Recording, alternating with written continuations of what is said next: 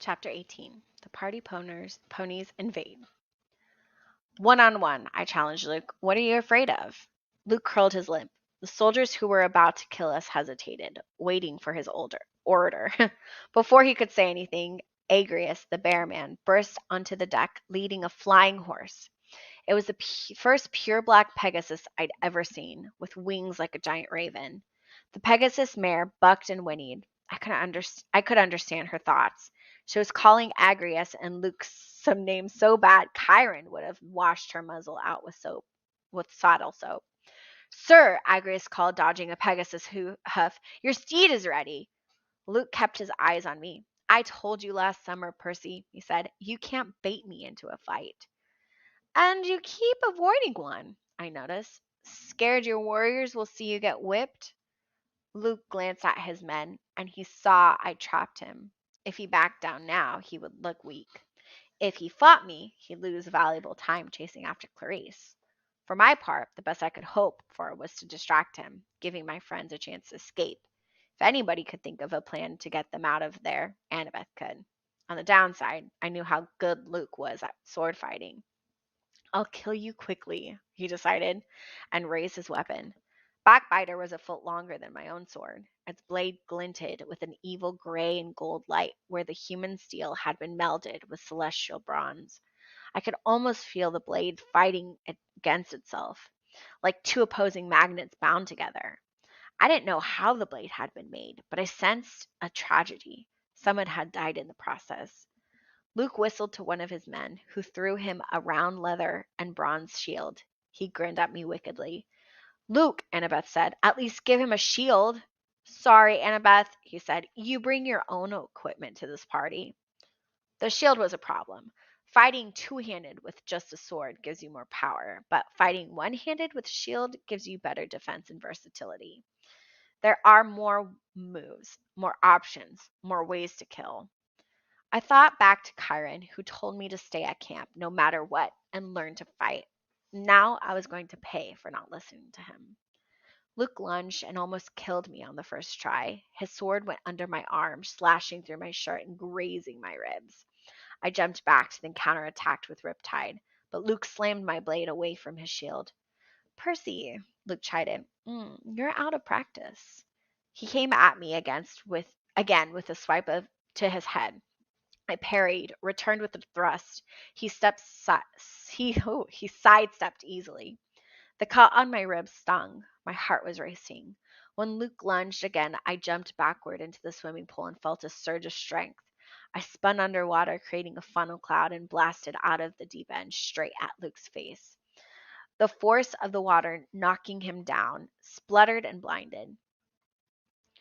The force of the water knocked him down, spluttering and blinded. But before I could strike, he rolled aside and was on his feet again. I attacked and sliced off the edge of his shield, but that didn't even faze him. He dropped to a crouch and jabbed at my legs. Suddenly, my thigh was on fire. With pain so intense, I collapsed. My jeans were ripped above the knee. I was hurt. I didn't know how badly. Luke hacked downward and rolled down behind a deck chair. I tried to stand, but my leg wouldn't take the weight. Percy! Grover bleated. I rolled again as Luke's sword slashed the deck chair in half, metal pipes and all.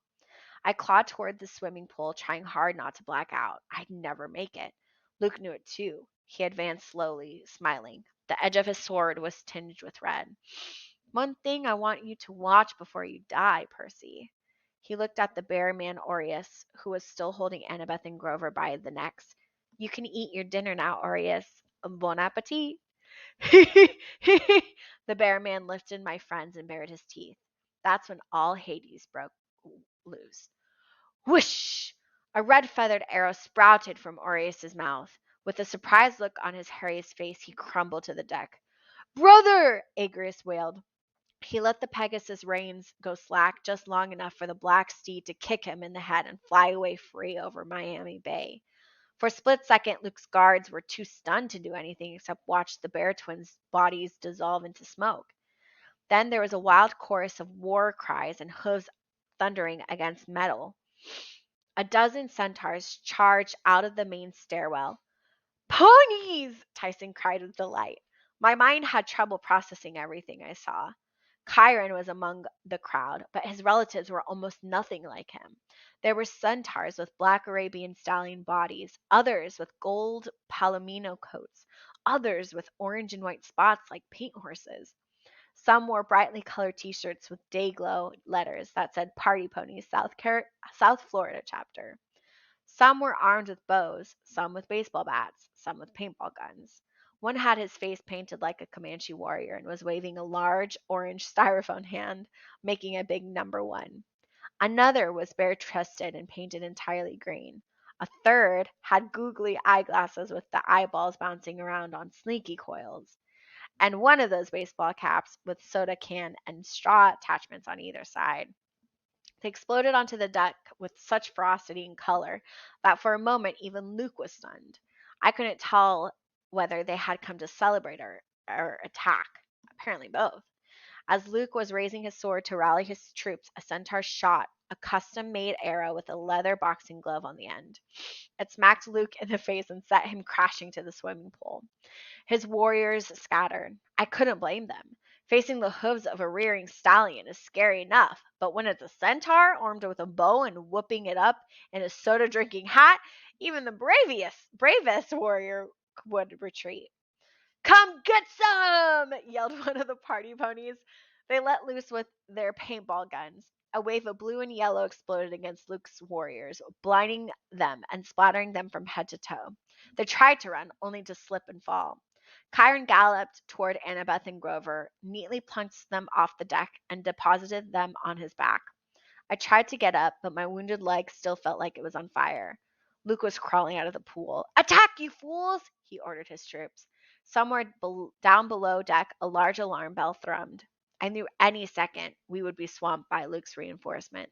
Already his warriors were getting over their surprise, coming at the centaurs with swords and spears drawn. Tyson slapped half a dozen of them aside, knocking them over the guardrail into Miami Bay. But more warriors were coming up the stairs. Withdraw, brethren, Chiron said. You won't get away with this, horseman, Luke shouted. He raised his sword, but got smacked in the face with another boxing glove arrow and sat down hard in a deck chair. A Palomino centaur hoisted me onto his back. Dude, get your big friend. Tyson, I yelled. Come on. Tyson dropped the two warriors he was about to tie into a knot and jogged after us. He jumped on the centaur's back. Dude, the centaur groaned, almost buckling under Tyson's weight. Do the words low carb diet mean anything to you? Luke's warriors were organizing themselves into a phalanx. By the time they were ready to advance, the centaurs had galloped to the edge of the deck, fearlessly jumped the guardrail as if it were a steeplechase and not 10 stories above the ground. I was sure we were going to die. We plummeted towards the dock, but the centaurs hit the asphalt with hardly a jolt and galloped off, whooping and yelling taunts at the Princess Andromeda as we raced into the streets of downtown Miami. I had no idea what the Miamis thought as we galloped by. Streets and buildings began to blur as the centaurs picked up speed.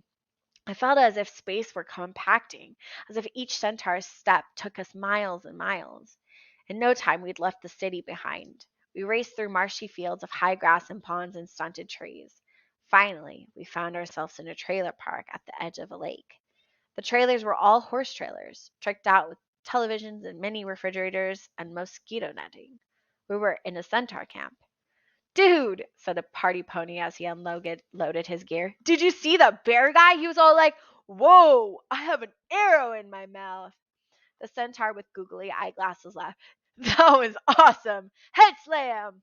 The two centaurs charged at each other full force and knocked heads, then went staggering off in different directions with crazy grins in their faces. Chiron sighed.